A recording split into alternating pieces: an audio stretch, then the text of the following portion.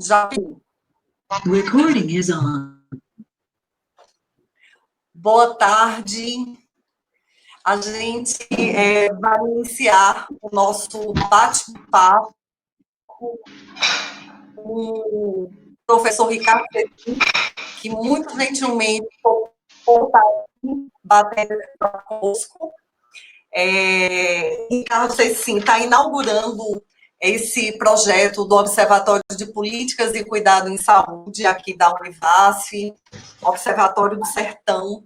E a gente pensou de estar criando esse espaço para bater papo com figuras que são referência para nós nesse debate das políticas públicas, da formação em saúde, da educação em saúde. Eu só vou pedir, se eu consigo...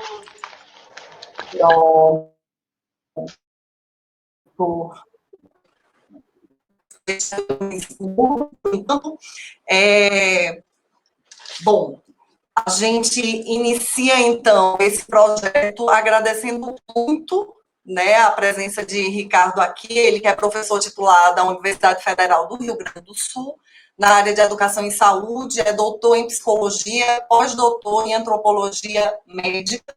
Essa edição do Observatório Convida está sendo feita em parceria com o PET Saúde e Interprofissionalidade da Univasf. A gente achou importante ampliar, enfim, a gente saiu meio que espalhando o link para essa salinha virtual, porque agora estamos tendo que nos acostumar com esse novo formato, né? Então, Ricardo, sinta nosso abraço, você que já esteve aqui conosco, até achou sua blusa, né, de 2017, do Congrefor. Isso, olha só. Isso, que coisa mais carinhosa você ter guardado, né? O quarto Congresso de Formação para o SUS e 4 simpósios de residências em saúde do Vale do São Francisco. Então, estamos aqui para te ouvir e depois bater um papo bem gostoso. Sinta-se em casa. E obrigada por ter topado. Bom, então vamos começar aí com o meu boa tarde a todos e todas. E queria também agradecer o convite da Bárbara, de que eu pudesse encontrar com vocês. A gente fica assim, logo que recebe o convite, a primeira pergunta, né, que eu faço é quem é que vai estar ouvindo, para poder fazer uma fala um pouco mais dirigida, talvez, ao que seria o interesse daquelas pessoas que vêm para a sala. Às vezes, vêm para a sala as pessoas que querem ouvir a gente, né, assim, ou seja, já conhecem coisas da gente, e isso também coloca algumas expectativas. Então, na medida que dê tempo da gente conversar, fiquem bem tranquilos de colocar as perguntas, seja por escrito, e Bárbara vai sistematizando, ou então verbal, se a gente puder abrir as câmeras, né, de cada um. Eu já recebi a explicação de que manter as câmeras abertas, às vezes, a gente perde um pouco a captação da imagem de quem está falando. Então, vamos aprendendo. São novos tempos esses de comunicação. Eu estava dizendo para a Bárbara antes de que eu sou daquelas pessoas que evitava, até a pandemia, essas transmissões online, sempre que me convidaram para aula, e mesmo para as bancas, por sistemas de videoconferência, eu fico resistindo, não, vamos pensar, a gente é tão bom, a gente está presencial, é tão bom a gente estar com corpo a corpo, e agora a gente está obrigado a aprender. Se a área da informática esperava que as pessoas acessassem essas tecnologias, agora a área da informática vai sair super bem sucedida no final dessa pandemia, porque se experimentou todo tipo de transmissão nos aparelhos de smartphone, né, nos computadores. Os professores que nunca usaram a tecnologia estão aprendendo a usar, então vai ter uma novidade depois aí que vai ser relativa certamente ao uso das tecnologias à distância. Mas a gente tem 2 pontos, eu acho, de conexão nessa chamada aqui.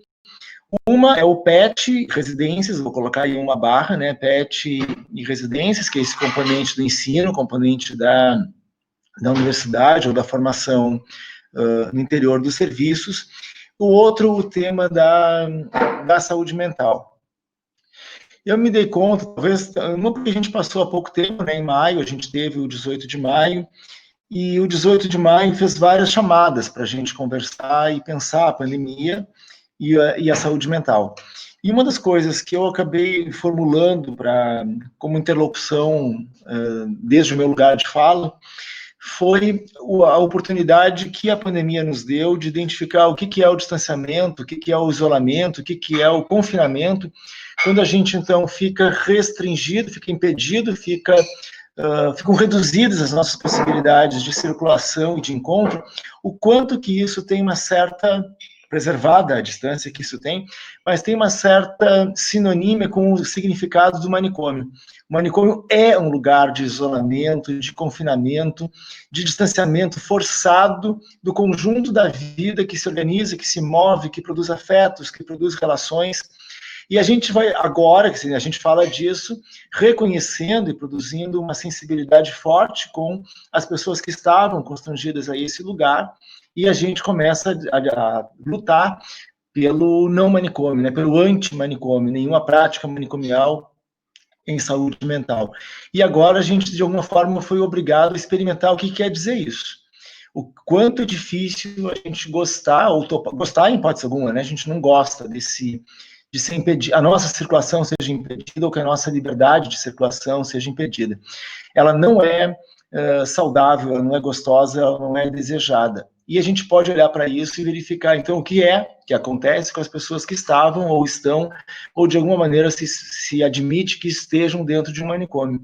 O quanto não é terapêutico, né? De fato, não é terapêutico, não é agradável, não permite que a gente coloque os nossos afetos, a abertura dos nossos afetos. A gente fica com uma restrição muito forte de quais os afetos possíveis quando a gente está na condição do manicômio, e eu acho que esse tempo, de alguma forma, nos colocou isso diante de nós, né? A gente da saúde mental, pelo menos, consegue reconhecer isso, verificar isso, dar mais consistência ainda para essa condição. Então, esse foi um ponto que me ocorreu, assim, de uma conversa que talvez seja razoável de ser feita por aqueles que militam, trabalham, aprendem aí no campo da saúde mental. Então, eu acho que se de um lado a gente tem essa possibilidade de conversar nossos afetos, quando a gente está numa live como essa, numa aula como essa, a gente pode conversar nossos afetos, mas a gente reconhece que temos uma tarefa, talvez uma tarefa política, uma tarefa ética, uma tarefa de trabalhadores da saúde mental, que é a de convocar novos afetos. Se de um lado é conversar nossos afetos, de outro também é convocar novos afetos. E fizeram já essa pergunta, o que uma doença coloca em cena, e às vezes a gente pensa, bom, que a doença coloca em cena é relativo aos doentes ou é relativo às pessoas sob tratamento.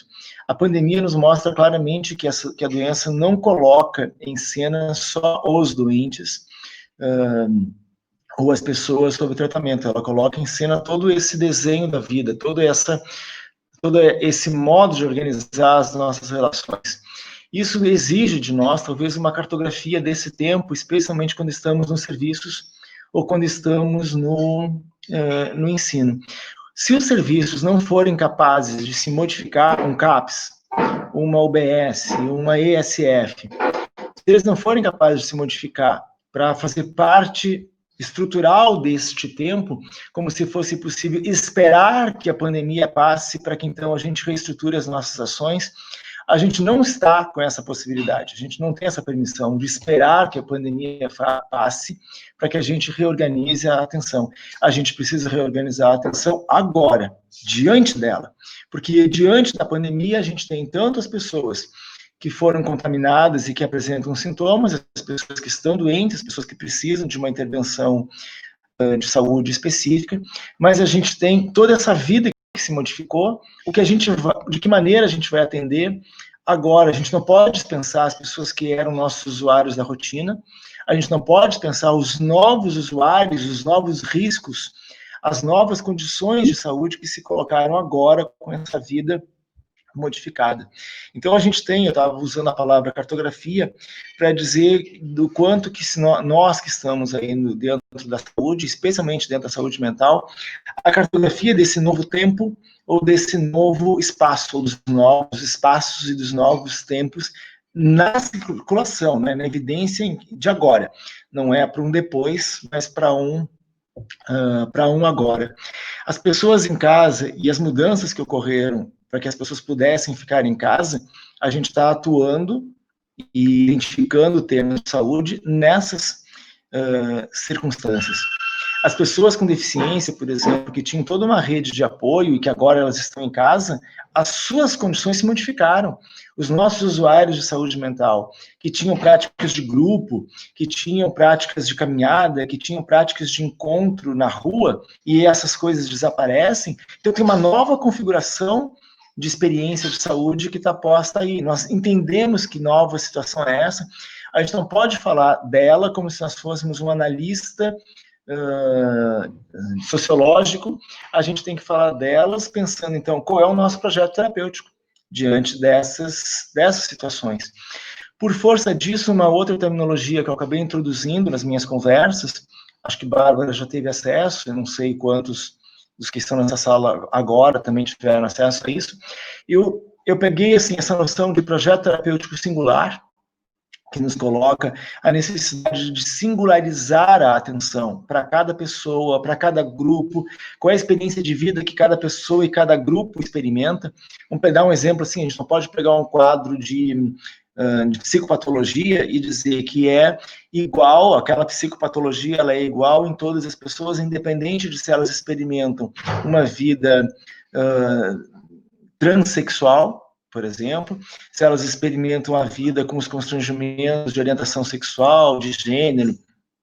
Então, a gente tem essas condições que são singulares mesmo, e é preciso que a gente trace projetos terapêuticos singulares, onde a nossa intervenção não se resume a um componente do tipo diagnóstico-prescrição, mas a um componente situação de saúde e projetos de intervenção ou interferência nessa situação de saúde, em busca de bons encontros, ou em busca de singularização mesmo na vida coletiva e individual.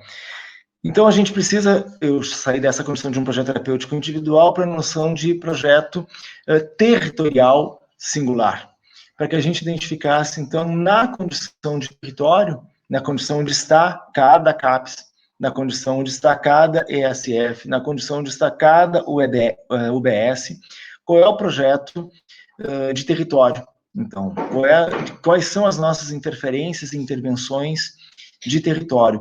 Há uma exigência de criação muito grande da gente. A gente podia dizer, talvez, assim, que uma das coisas que a pandemia nos coloca é o confronto com a nossa capacidade criativa, inventiva, recreativa, de redesenhar, de redimensionar as nossas práticas e fazer com que essas práticas sigam sendo de promoção de saúde, de acolhimento da população, de acolhimento de usuários.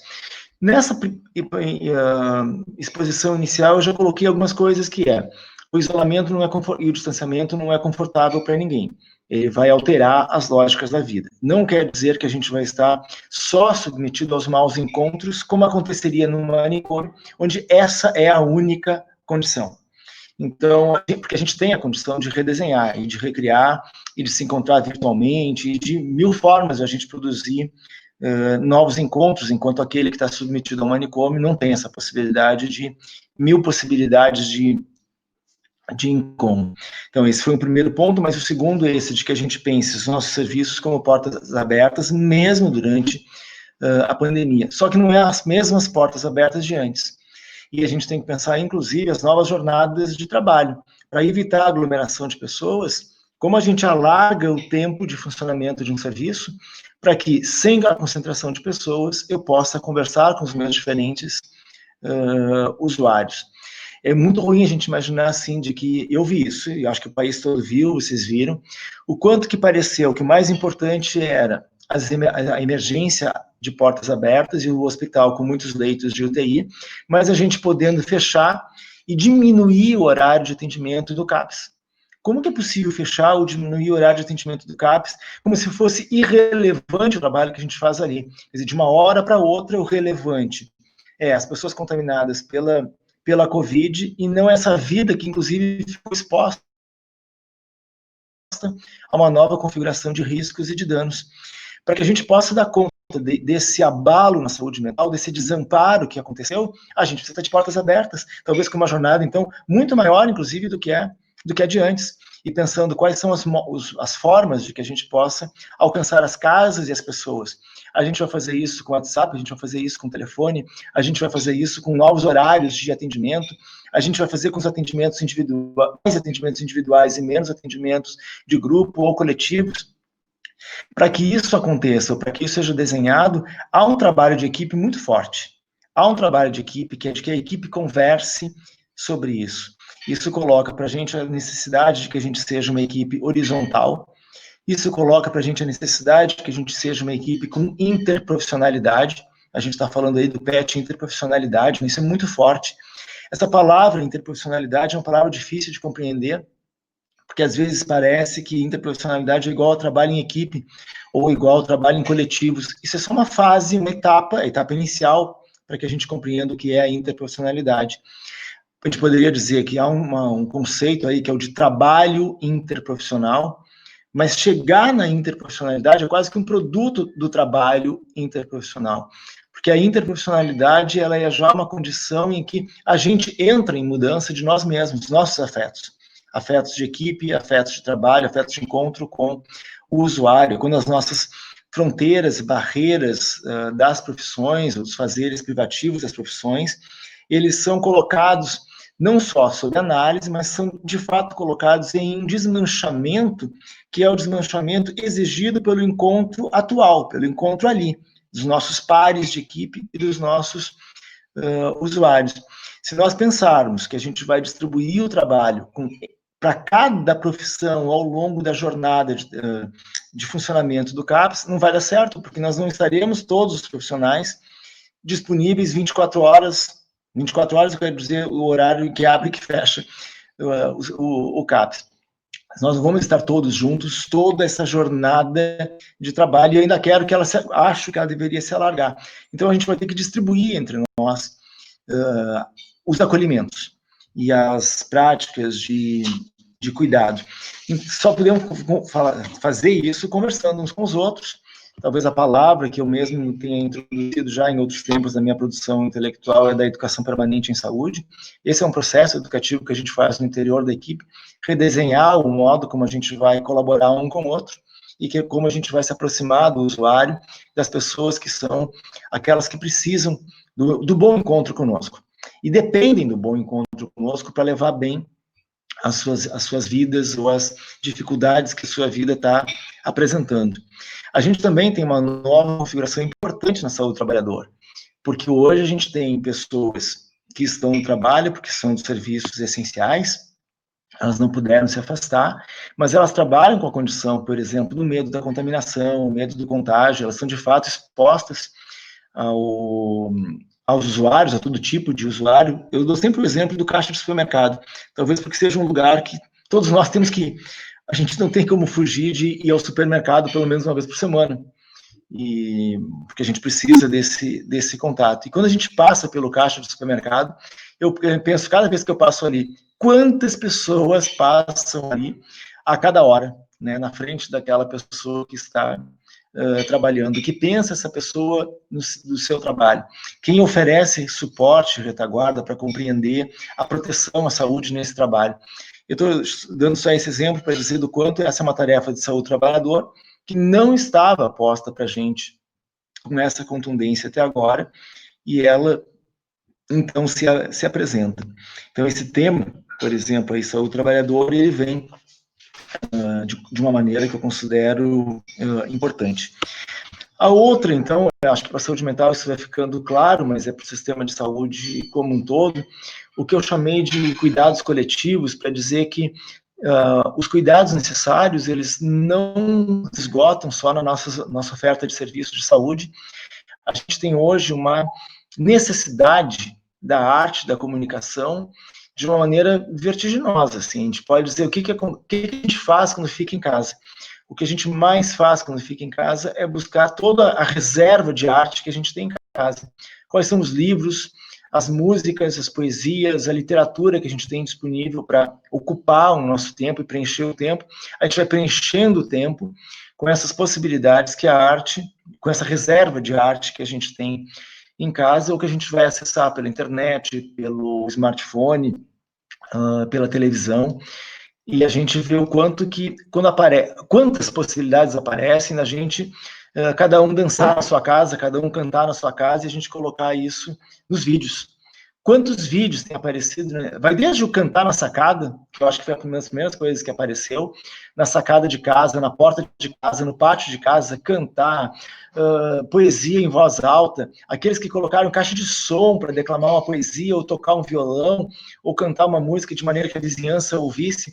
Esses são componentes da arte, a arte produzindo esse bom encontro, como margem para que a nossa vida e a nossa sobrevida se assegure. Eu estou colocando isso nesse campo do que seria um cuidado coletivo, que não é o específico da saúde. Acho que ficaram perguntas que eu não sei como é que cada lugar está respondendo, mas quando a gente fecha a escola, eu não vou tratar aqui do tema da universidade, eu acho que tem pessoas pensando já sobre isso, a universidade quando fecha as portas. Eu acho que tem uma diferença quando a universidade, cursos da área da saúde e demais cursos, não é a mesma coisa fechar as portas, esses diferentes cursos, porque eles têm demandas diferentes, mas certamente não é para o ensino regular. E eu vou dar o exemplo da escola para falar do ensino regular. Quando a escola fecha, eu acho que para a escola vem uma pergunta que é, qual é a nossa tarefa escola? A nossa tarefa é a sala de aula com os alunos sentadinhos na sala de aula e a gente administrando o conteúdo, a matéria, como a gente costuma chamar na escola, né? Administrando a matéria de ensino da nossa competência na sala de aula, ou a gente tem que verificar quais eram os encontros que a escola assegurava aos estudantes, inclusive aos professores. Quais eram os bons encontros que a escola assegurava, né? Quais eram essa segurança de bons encontros que a escola oferecia, e se a ausência desses bons encontros vai afetar as vidas. E vai afetar de que forma? Para que então aí a gente pudesse dizer o que é que eu não vou poder deixar de fazer, e como é que eu poderia fazer. E aí eu dou um exemplo, eu tenho dado esse exemplo, assim, eu acho que deve existir inúmeros, mas eu tenho repetido um pouco os exemplos que eu me aproximei, ou que eu reconheci como muito bons exemplos. Os meus exemplos são todos do Ceará. Eu tive um ano de 2018, ao longo do ano de 2018, uma convivência tão forte, tão viva com o Ceará, que produziu uma rede de contatos, e eu fico sabendo as coisas que estão acontecendo no Ceará com muita frequência, com muita agilidade, então eu vou ficando assim, feliz com as coisas que eu vou vendo de lá. Eu vou dar para vocês o exemplo da escola e vou dar um exemplo da área da cultura. Mas no regional de educação, que é a regional de Baturité, 8ª Coordenadoria Regional de Educação do Ceará, a rede de educação, ela faz ao se colocar essa pergunta, a Coordenadoria de Ensino, de Educação, ela lança um desafio fotográfico. E ela pede dos estudantes fotografias da sua janela com a pergunta: o que eu vejo da minha janela agora que eu não via antes? Quando a escola faz isso, a escola está se ocupando desses bons encontros, ela está se ocupando de uma circulação dos afetos. Como eu tiro aquele afeto de estou preso em casa, ou no meu espaço restrito de onde eu moro, abrir a minha janela e olhar para o que tem do lado de lá e dizer: o que é diferente agora, o que eu vejo diferente agora. Então, é uma convocação para os sentidos, é uma convocação para a narrativa, isso que eu chamo de convocar novos afetos. Então, a escola, de alguma forma, ou essa regional de educação, ela diz: a nossa tarefa não é a transmissão do conteúdo, a nossa tarefa é uma circulação dos afetos. Então, qual circulação de afetos eu poderia fazer agora? E aí eles apresentam esse desafio fotográfico. A gente poderia perguntar, nós, CAPES, UBS, ESF, PET, residência, qual é a convocação de afetos que a gente está colocando em cena nesta condição agora? Ou o que essa condição de agora exige que a gente coloque em convocação? Quais afetos a gente quer colocar em convocação? Então, é um tema para a gente se colocar em ação, em atividade. Eu gosto de uma formulação de um filósofo, que é Spinoza, quando ele fala, por exemplo, do pensamento imagem, ou o pensamento representação, e o pensamento ação.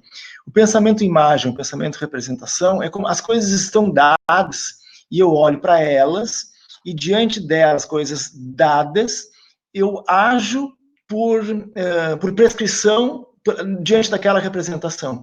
E outra coisa é a minha ação pelos afetos, é a minha ação pela conexão com os atos de produção de sentidos, de produção de sensação que estão se fazendo agora. Então eu sairia de um pensamento representação para um pensamento ação.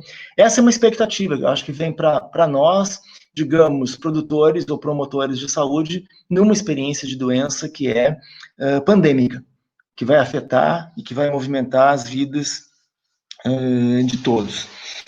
E a outra, eu falei educação, né, no Ceará, a outra é a Secretaria de Cultura.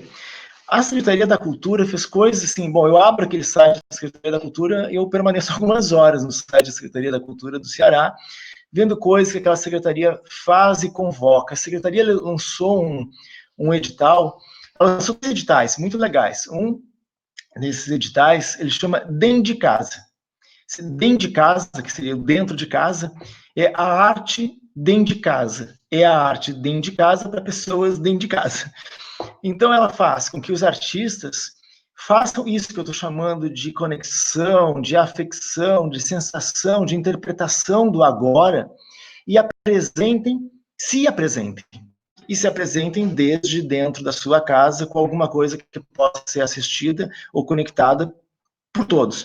De um lado, a Secretaria protege esse trabalhador da cultura, que agora está sem público e sem renda e sem trabalho, porque vai trabalhar e vai ter renda pelo edital, alguma renda, né, pelo menos algum apoio, algum suporte que o edital oferece, e são múltiplas linguagens. Então, cada linguagem daquelas vai estar destinada a um público diferente, a uma possibilidade de convocação diferente de afetos.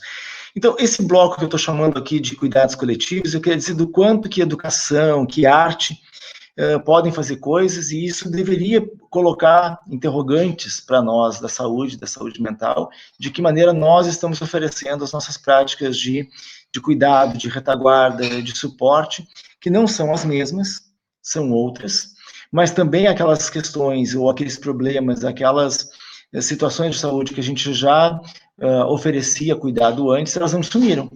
Ao contrário de sumirem, elas se colocaram em outra inscrição. E o que a gente vai fazer agora? Um pouco antes de entrar na live, eu estava numa reunião com a Itália, com os amigos na Itália, e o nosso tema ali era o cuidado, especialmente no campo da saúde da mulher, e eu ouvi um relato que eu não tinha pensado sobre isso, mas foi um relato tão forte que uma colega na Itália, ela diz: a gente tem diante de nós o sensível, a gente tem de nós sexualidade, afetividade, saúde, corpo, corporeidade, e ela dá um exemplo. Foi uma conquista que o parto, e na sala de parto nós tivéssemos o acompanhante. Foi uma conquista de que na sala de parto nós tivéssemos o pai ou aquele acompanhante que a gestante escolheu para acompanhar o parto, e agora, por força da pandemia, é menos gente em todos os lugares, é mesmo menos gente na hora do pré-natal, é menos gente na sala de parto, não vai mais entrar na sala de parto, aquele ou aquela que tinha sido uma conquista do movimento de mulheres ou do movimento de humanização do parto. Isso move coisas, então para onde vai essa necessidade, ou apareceu uma necessidade que nós tínhamos já desenhado uma forma de cobertura, uma forma de escuta, e agora qual é a que a gente vai oferecer se essa a gente tirou de cena? Então eu queria que a saúde pensasse os seus cuidados e suas práticas de cuidado diante de uma interrogação forte como essa, que é de trazer o nosso sensível, as nossas afecções, como uma maneira de cartografar, então, qual é o trabalho necessário, qual é o trabalho de que a gente não vai poder se ausentar e a gente não vai poder sair fora. Os trabalhadores de saúde também têm medo de estar no campo do trabalho agora. Alguns estão, de fato, muito expostos, outros nem tanto. Alguns precisaram permanecer em casa por sua faixa etária, porque consomem certo tipo de medicamentos, porque vivem certo tipo de diagnóstico de saúde. Então, a gente também tem que pensar qual é o trabalho que é possível fazer nessa condição. E a gente, se eu estou dizendo que para mim, que sou um professor universitário, estar aqui numa live não é uma coisa que eu fazia antes, e nem é uma coisa que me agrada de todo, é a mesma, mas eu estou fazendo isso, e estou pertencendo a esse novo espaço. Também cabe aos trabalhadores que, por exemplo, da saúde, né, que não podem estar no dia a dia do serviço, de que maneira eles trabalham agora. Eles oferecem redes de conversa no WhatsApp, eles oferecem redes de conversa em rede social, eles atendem o telefone para ouvir um usuário ou para conversar com um usuário que estava até então no acompanhamento longitudinal e agora não está mais porque tem que evitar tanto quanto possível a presença dentro dos serviços de saúde. A gente está produzindo materiais comunicativos, materiais educativos, está produzindo informação. A gente tem que pensar que em território a gente produz essa informação que dá segurança. As pessoas dependerem só da informação da grande mídia, é uma informação insuficiente, ela nem passa para a gente suficiente segurança, e nem a gente pode fazer perguntas, a gente não pode fazer perguntas para o Jornal Nacional, quando a informação chega, mas para a nossa unidade básica, para o nosso CAPES, a gente pode. Tem quem está disponível para atender esse telefone, ou quem está disponível para organizar uma conversa dirigida a nós, com o nosso modo de conversar, conhecendo a conversa feita com aquele que conhece a nossa casa, a nossa família, a nossa vizinhança. Então, a gente tem trabalhos novos também aí para serem feitos, que não tinham sido pensados antes, mas que podem e devem ser pensados. Isso tudo está, talvez agora já fazendo uma conexão do que eu estou falando de cuidados coletivos e projeto territorial singular. Até me choquei quando, em algumas falas que eu andei fazendo coletivamente aí, eu conversei com Mato Grosso recentemente, conversei com o Paraná recentemente, e foi surpreendente quando a gente lança uma frasezinha que é: sem atenção básica não há controle da pandemia. Sem atenção básica quer dizer sem UBS, ESF, CAPS, a gente não tem controle da pandemia. Não tem controle. Né? A gente tem tratamento dos doentes nos hospitais, mas quem vai produzir o controle da pandemia somos nós que estamos em território. Essas são questões iniciais para a nossa conversa, e eu caminharia já para, talvez, arrematar, para um último bloco aqui. Uma das coisas, eu também formulei um outro conceito, vamos dizer assim, para produzir melhor esse diálogo. Eu tentei colocar em paralelo ou em confronto duas possibilidades. Eu estou falando de uma necessidade de uma política de bom encontro, de cuidado, de proteção, o que compete, o que se espera das políticas públicas. A gente espera das políticas públicas a proteção e o cuidado, e é atordoante, e eu vou falar disso, quando a gente tem na produção política uma sensação de atordoamento, de insegurança, que eu acho, e não tenho nenhuma dúvida, que a política pública nacional, que a política de governo nacional nesse momento, ela tem gerado na população um profundo atordoamento. Pessoas atordoadas, elas fazem várias coisas muito ruins. Pessoas atordoadas são pessoas chamadas ao mau encontro. São pessoas... É apresentado o mau encontro como política. É isso que o nosso governo federal tem feito. Vamos pegar um contraponto de um país como a Nova Zelândia, que hoje consegue dizer país livre da Covid. País livre da Covid, porque desde o início a gente tem uma política de cuidado, de proteção da população e da sociedade, em que a sociedade pode guardar o distanciamento e o isolamento, sabendo que tem uma política pública que orienta e explica diretamente por que é assim. Aqui a gente tem o tempo todo uma colocação de em dúvida se os hospitais trabalham, em dúvida se os tratamentos funcionam, em dúvida se os diagnósticos são bem feitos.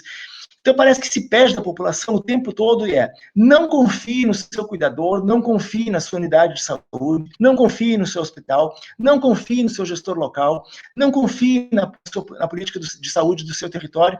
Como é possível dizer isso? Então, se a gente já está no desamparo, a gente é submetido profundamente ao desamparo e a gente fica atordoado.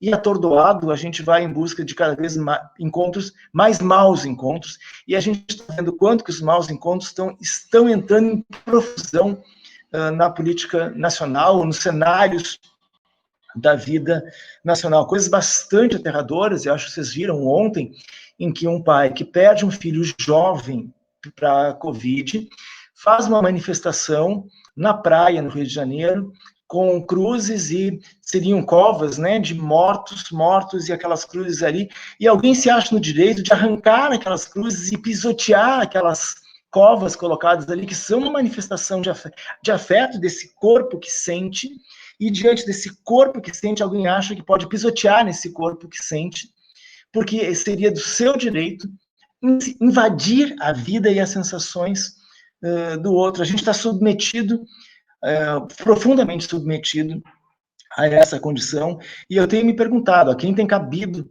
as políticas de cuidado e não... As políticas de atordoamento, eu sei quem tem feito uso delas. É o governo, especialmente o governo federal. E a quem tem cabido, então, as políticas de proteção. Eu acho que tem uma tarefa para cada um de nós que está em território. A gente está com uma tarefa enorme, a gente que está em território, para garantir um mínimo de vontade de saúde, de vontade de vida nas pessoas que são os nossos usuários ou que são os nossos alunos. Eu acho que uma tarefa que a gente tem com as residências e com o PET é de que a gente prepare os nossos residentes e estudantes para constituir continência, esse tipo de continência.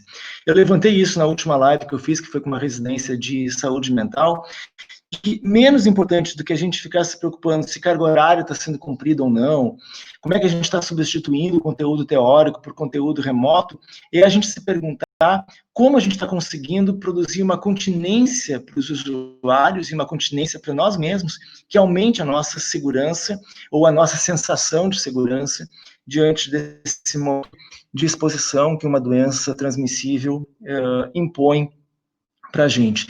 Eu tenho citado, para falar de maneira nacional, ou de maneira nacional, não sabe, de maneira coletiva, território como um todo, 3 grandes endereçamentos para políticas então, de proteção. Eu tenho listado 3, pensando assim, 3 grupos diferentes. Os pesquisadores, professores, um grupo de pesquisadores e professores lançou um site que chama Antropológicas. Tem um conjunto de professores aqui da Universidade Federal do Rio Grande do Sul, por frente, os nomes estão lá nesse site, dizendo quais textos a gente produz agora, quais reflexões a gente produz agora, quais ofertas de texto, de pensamento a gente oferece agora para a população neste tempo. Eu descobri um outro site com o mesmo nome, Antropológicas, na Federal do Rio Grande do Norte. Então, tem a Federal do Rio Grande do Sul, Federal do Rio Grande do Norte, tem esse portal Antropológicas, uma com TH, que é do Rio Grande do Norte, e outra sem o H, que é do Rio Grande do Sul. A gente pode procurar isso, né? Antropológicas, uma com TH e outra com só o T.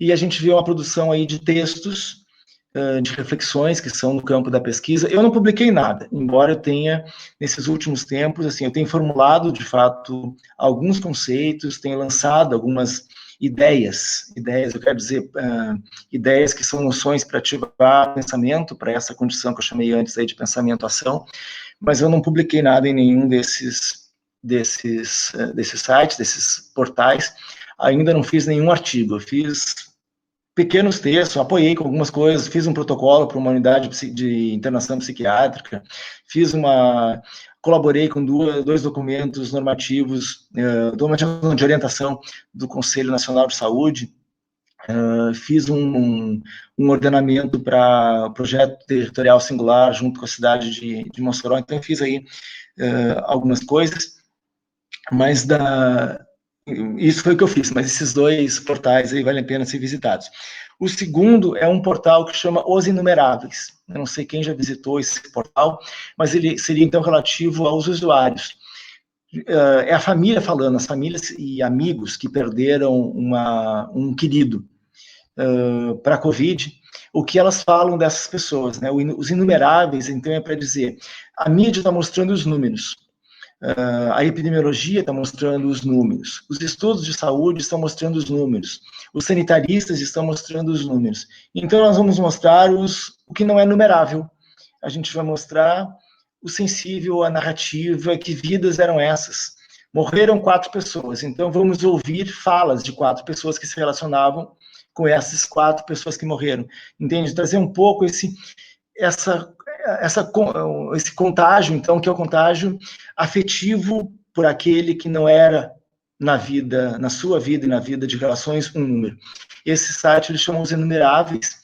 O Jornal Nacional tem feito uso desse portal, trazendo alguns recortes dessas falas. Tem feito já acho que é o Fantástico que tem feito, não me lembro, tem um programa aí na TV, onde atores, atrizes fazem como é que a gente chama isso? A narrativa dramática, como é que a gente chama? A oratória, né? Eles fazem a expressão dramática daquele texto, que é o texto escrito não por um roteirista, mas o texto escrito por alguém que experimentou a convivência com alguém que adoeceu da Covid. E o terceiro que eu tenho dado exemplo aí dessa tentativa e esforço de proteção é uma iniciativa do Conselho Nacional de Saúde, que é uma playlist autoral. São pessoas que são trabalhadores ou são residentes, que remetem ao Conselho Nacional de Saúde, é feito ali um pequeno filtro de adequação da linguagem e do conteúdo, e fica disponível no portal do CNS essas expressões. E aí tem uma conexão importante para fazer com vocês aí de Pernambuco, porque foi colocado nesse portal, foi uma iniciativa minha. Eu vi aquele vídeo e disse, eu acho que isso tem que estar lá no CNS. Aí eu busquei o pessoal de Caruaru, a residência do campo de Caruaru. A Bárbara sabe que eu tentei até pedir ajuda para ela, me põe em contato lá com ele, eu tenho que saber quem é que faz. Aí eu descobri a Regina, uma residente dentista, uma residente de odontologia na saúde da família, com ênfase na população do campo. E os residentes de Caruaru, dessa residência, eles fazem uma poesia visual e da sua presença como residentes na ação, na produção de ação, no pensamento-ação. Eu disse, isso tem que estar lá no portal do CNS. Descobri, o professor Itamar Lages é o coordenador da residência do campo, lá professor da UPE, e coordenador dessa residência. Eu pedi ao professor Itamar o contato dessa residente, da Regina, e ela fez uma pequena ediçãozinha naquele vídeo e eu remeti lá para o CNS. Também coloquei nesse portal uma produção dos residentes de Mossoró, que fizeram, tem outras produções dos residentes de Mossoró, mas fizeram uma produção que era relativa ao Fica em Casa, cantando juntos. Eles fazem, todos eles de máscara e toda a indumentária necessária para se manter na atividade, mas eles fazem uma canção, eles fizeram usando uma canção, uma outra letra, falando do Fica em Casa. Essas são recriações, né, essas coisas bonitas de dizer, a gente é residente, a gente está em contato com o que está acontecendo, a gente tem leitura sobre o que está acontecendo e a gente quer colocar o nosso corpo em ação nesse momento.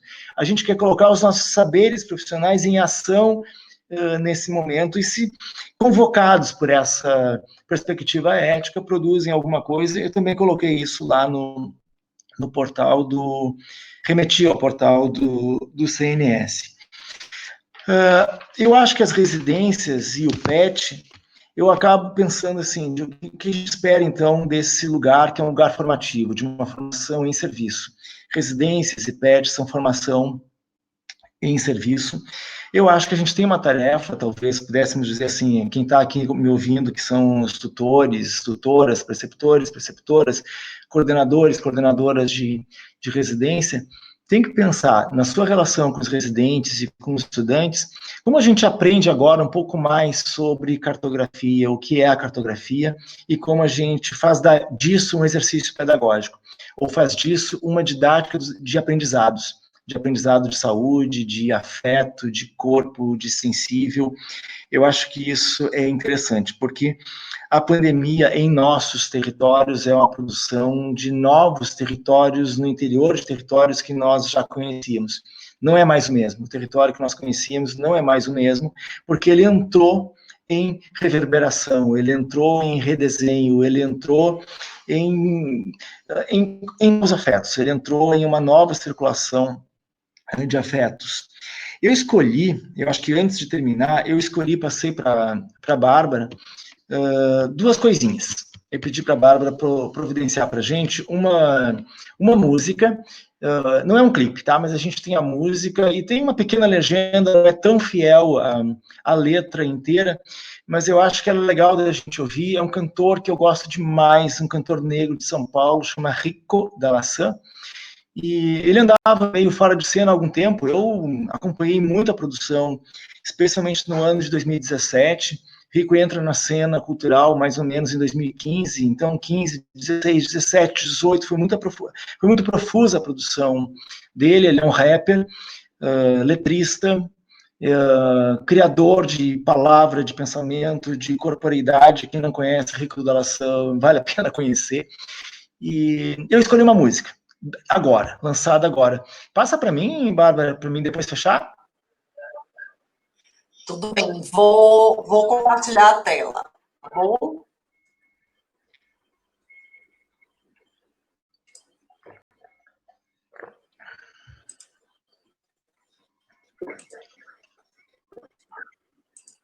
Me deem um feedback se a tela apareceu. Apareceu. Pronto.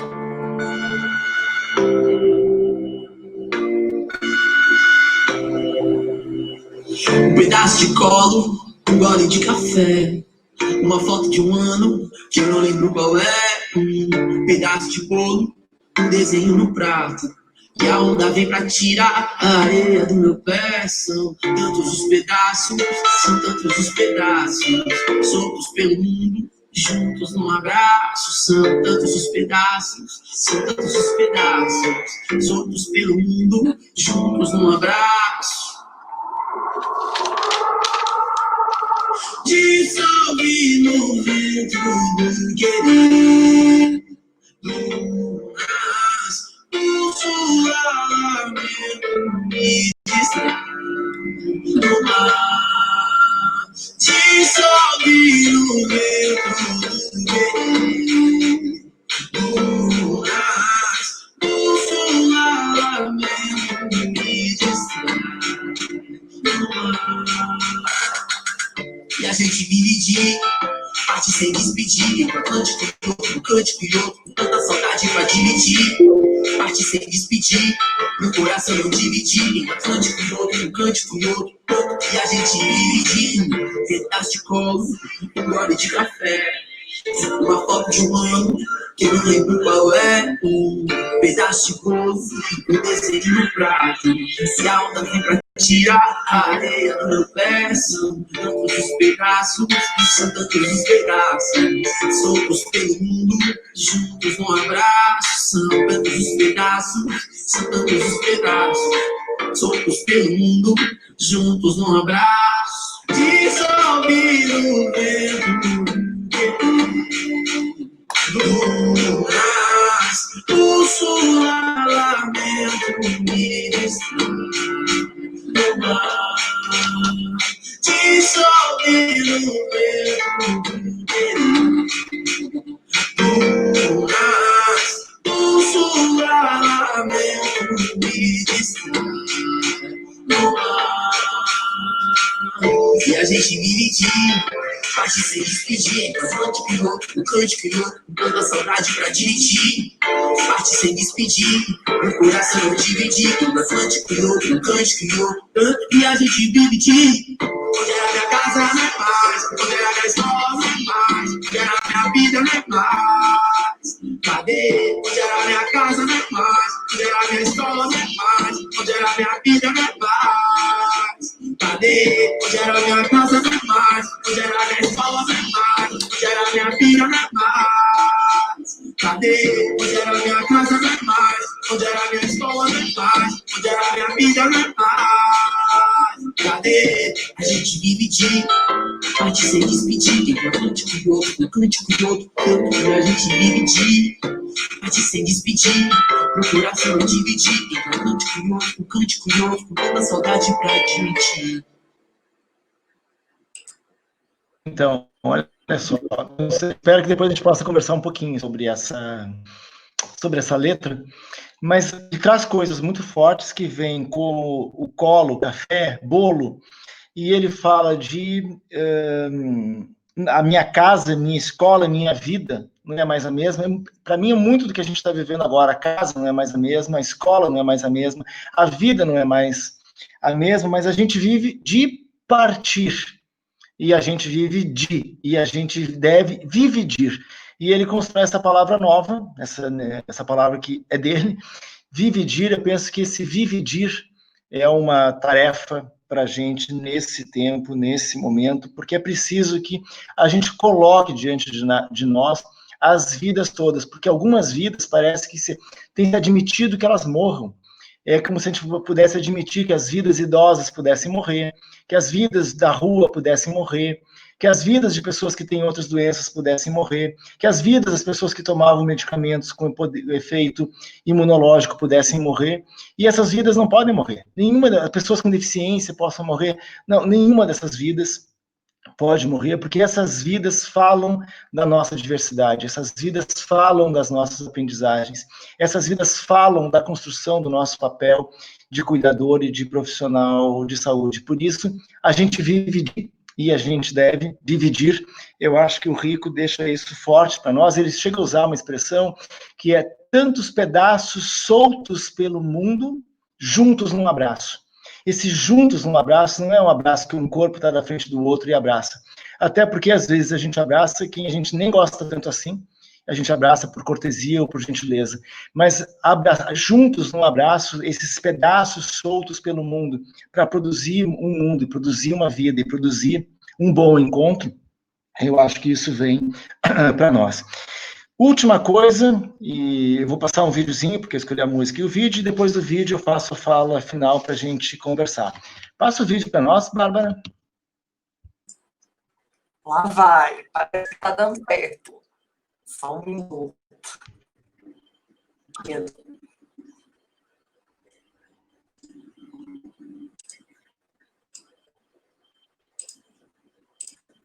Me digam se foi, por favor.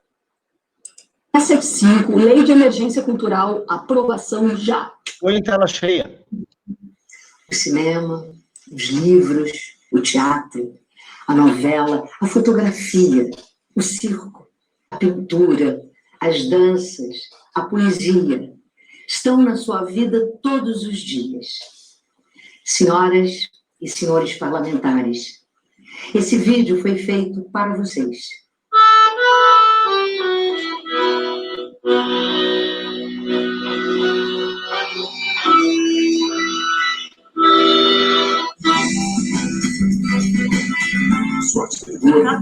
Eu sou cenógrafo, sou figurino de Jaquim Pessoa, Sou maquiadora, sou profissional da audiovisual. Sou camareira teatral. Sou artista plástico. Sou ator. Sou palhaço. Artista, dançarina. Sou atriz, sou bailarina. diretor de palco de teatro. Uma obra de arte do mestre Picasso é A dança é tudo que me representa como pessoa. do povo de uma nação. Se eu pudesse, eu moraria no teatro. Naquele momento, estava Gaudí. Cantar o sentimento popular dos amigos como instrumento de transformação social. Eu senti o desejo de ser o salvador da vida. Um ceguinho num canto da feira tocava. A gente vive muitas vidas. A gente empresta o nosso corpo, a nossa essência, a nossa ancestralidade. Pelo simples fato de representar, de coroar novas histórias. Estava abandonado, brigando com a morte diferente. Eu confesso que essa cena eu nunca esqueci. Eu senti o desejo de ser o salvador. Eu senti o desejo de ser o salvador da vida. Eu que achava que a dor maior crescendo era a vida. Sem cultura, não há comunidade. Sem cultura, não há identidade. Sem cultura, não há patrimônio. Sem cultura, não há ética e nem dignidade. Cultura é feita de gente. Eu senti o desejo de ser o salvador da vida. Eu senti o desejo de ser o salvador da vida. Eu senti o desejo de ser o salvador da vida.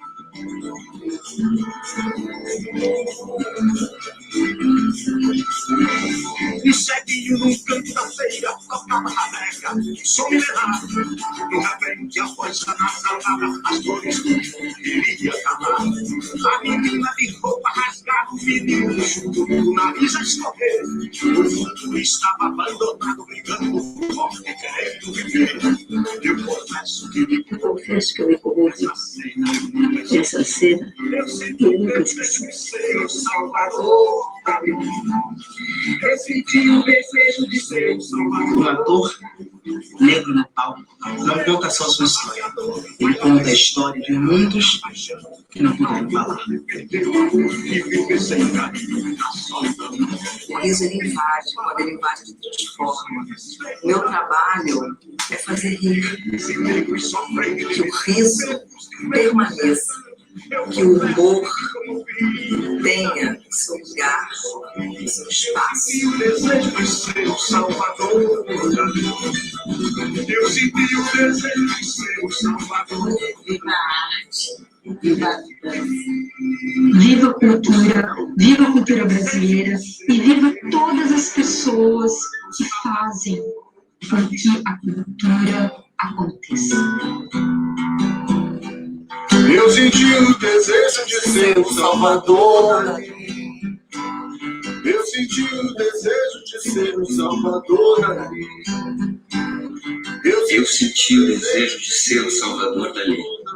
Eu senti o desejo de ser o Salvador dali. Eu senti o desejo de ser o Salvador daqui. Viva a cultura brasileira!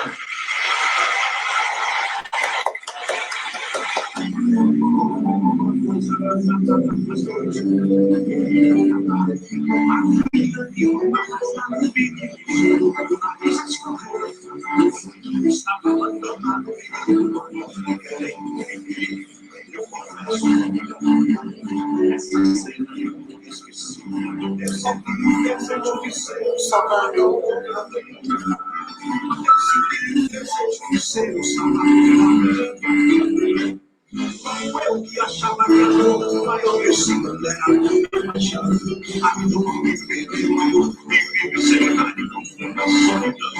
Mas eu vi os barracos, os mortos, os negros da população.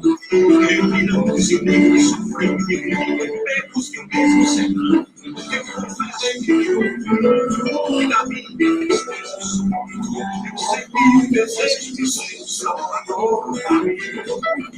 Eu senti o desejo de ser o Salvador da vida.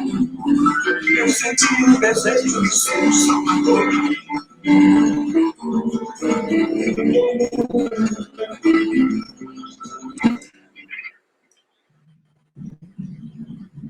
Pronto, vamos lá, fechando então. Eu acho, assim, por que eu escolhi, né, esse vídeo? Esse vídeo fala diretamente com o tema da cultura, e ele, ao trazer o tema da cultura, ele deixa claro que a cultura é feita com gente. A cultura precisa de gente. A cultura, ela é essa margem, essa orla dos encontros. E quando a gente vê um governo, por exemplo, que coloca justamente a cultura no limbo, no lixo, no nada, é exatamente então, o contrário das gentes, dos bons encontros, do sensível, é isso que não interessa.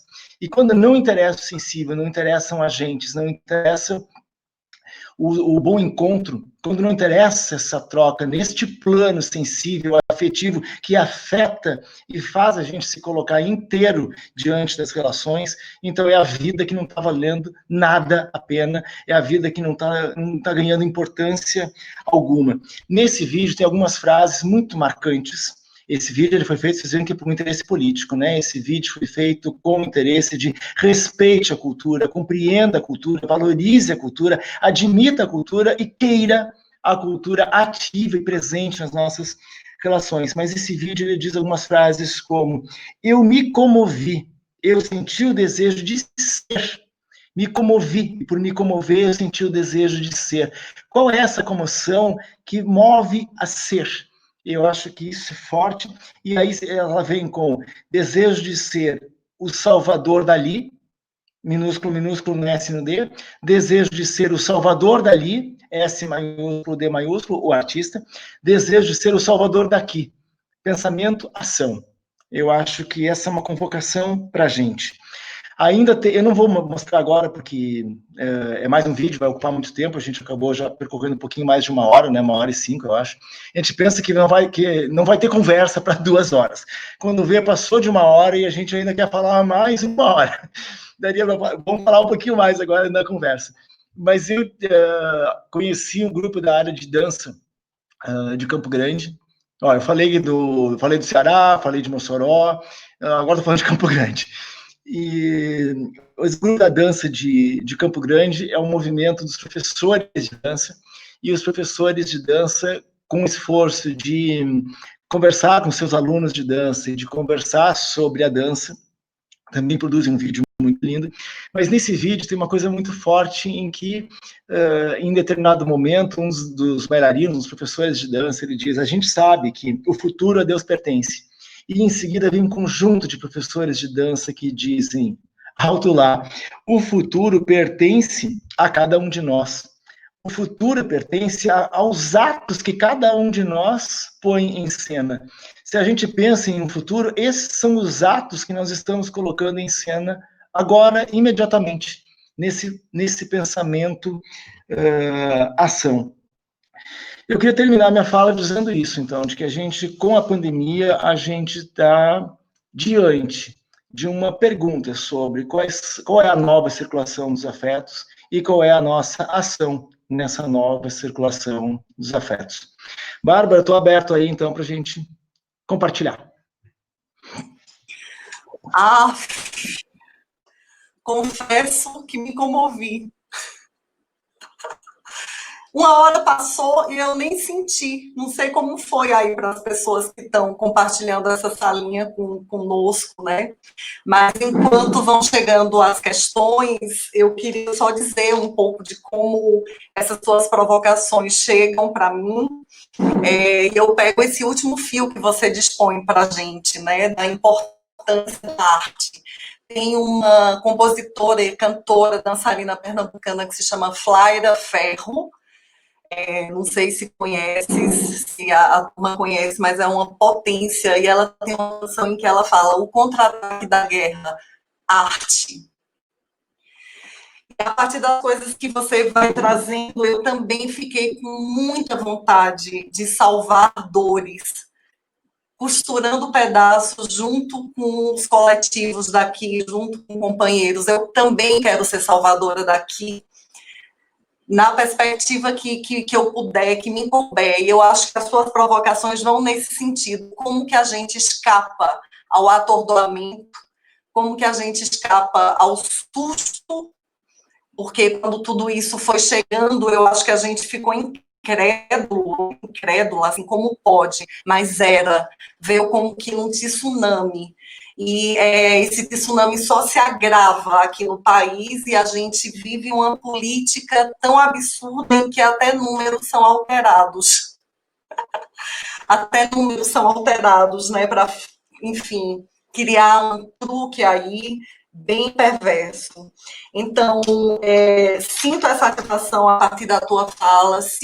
Deixa eu fazer um comentáriozinho. Falar em números alterados, não sei se vocês viram, mas é legal de ver. Tem que é uma coisa que a arte faz. A arte ajuda a gente a enxergar melhor as coisas. Mas é um vídeo do Marcelo Adnet, não sei se vocês viram, que ele está numa mesa com vários dados de jogar, e com um kit de maquiagem. E ele vai maquiando os dados. É legal, é super legal de ver. Eu não vi, se você puder partilhar, porque incrível, né? É essa a potência da arte, faz a gente entender as coisas, assim, um outro nível que não é só do intelecto, né? A gente é corpo que pensa e sente, e a gente está tendo que lidar em função desse desgoverno, vai ter que lidar cada vez mais com muitos corpos que já não estão podendo pensar nem sentir. E isso não vai poder ser maquiado, né? Eu acho que a gente está num momento em que a coisas se agravam cada vez mais.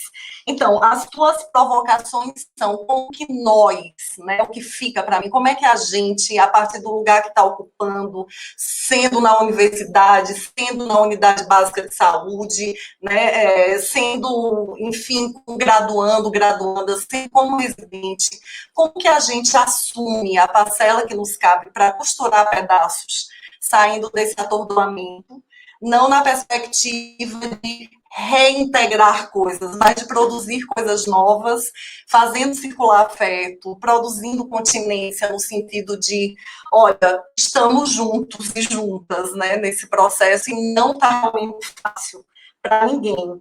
Então, esse destaque que você faz da tarefa de fazer circular afetos, para mim, é crucial. Eu vi um comentário aqui, Ricardo, acho que foi Margarida que diz assim, Margarete, desculpa, ficaria aqui mais 4 horas. Então, acho que realmente existe um desejo, né? Apesar do cansaço que é essa coisa da tela, existe um desejo de a gente poder se ativar para reinventar, para produzir coisas e para sair desse susto, desse atordoamento agora, né? Que é algo que também se destaca muito. A reorganização da atenção em saúde tem que se dar agora, não dá para esperar passar a pandemia. Né? Então, o que você traz de portas abertas, que é um conceito muito caro à saúde mental e à atenção psicossocial, importa para todos os serviços de saúde.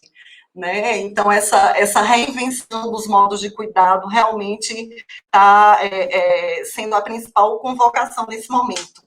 Vamos ver se chegam questões ou se alguém quer abrir a tela e falar. É possível, gente, também. Temos questões. Questões, comentários, enfim, dizer dos efeitos, né, que eu acho que vão se reverberar, viu, moço? Quando você veio aqui, a gente falou disso, olha, vamos seguir construindo uma relação, e acho que esse papo de hoje é mais um pontinho que a gente dá arrematando aí essa relação, porque a gente tem muito a fazer aqui nesse ano, sabe?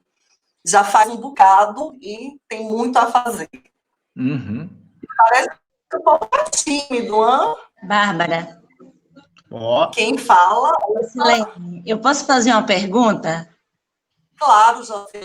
Eu não estou ouvindo tua tela, mas tudo bem, a gente está ouvindo super bem. Está ouvindo bem? Que bom. A gente está ouvindo, mas não tem... A tua câmera está aberta? Abri agora, professor. Abre para a gente ver. Está ok? Estão me vendo? Eu não estou vendo. Acho que deu um problema. Acho que agora sim. Bom, mas vamos lá. Conta para a gente aí.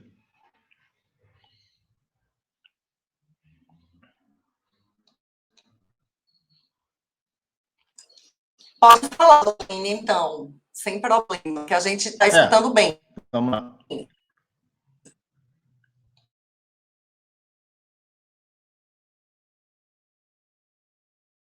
Opa, parece que o áudio também, né? Deixa eu ver aqui. Margarete se inscreveu para falar. Tem alguns comentários aqui, viu? Tipo, lindo, profundo, provocador. Não sei se você tá acompanhando aí no bate-papo, Ricardo. Jocilene? Acho que ela deve estar ajustando alguma coisa. A Margarete quer abrir sua câmera para falar, por favor? Sim. Eu aqui. Caí aqui com vocês, super agradeço essa oportunidade e muito feliz com o que eu ouvi. Paulo, não tenho a menor dúvida que hoje, numa sexta-feira, no meio de um feriado, eu ficaria aqui mais 4 horas te ouvindo. Né? E se a gente pudesse papear, então, seria fantástico. Algumas coisas, talvez o que fica é muito interessante, porque eu sou tutora do PET, Interprofissionalidade, né, aqui do Espírito Santo. E a gente sempre muito preocupado em discutir o conceito de educação interprofissional e o conceito de práticas colaborativas, né? Então, assim, inicialmente, a gente teve um percurso mesmo para trabalhar o conceito de forma teórica, discutir textos, etc., etc. E aí eu percebia muito isso com os estudantes, o quanto isso ficava no plano do racional, o quanto isso ficava no plano conceitual, teórico, né? E aí eu trouxe uma experiência que eu já tinha tido numa outra instituição, porque eu estou na UFES há pouco tempo, apenas 3 anos, eu trabalhei muitos anos na UERJ, né? E eu fiz uma oficina de palhataria com os estudantes.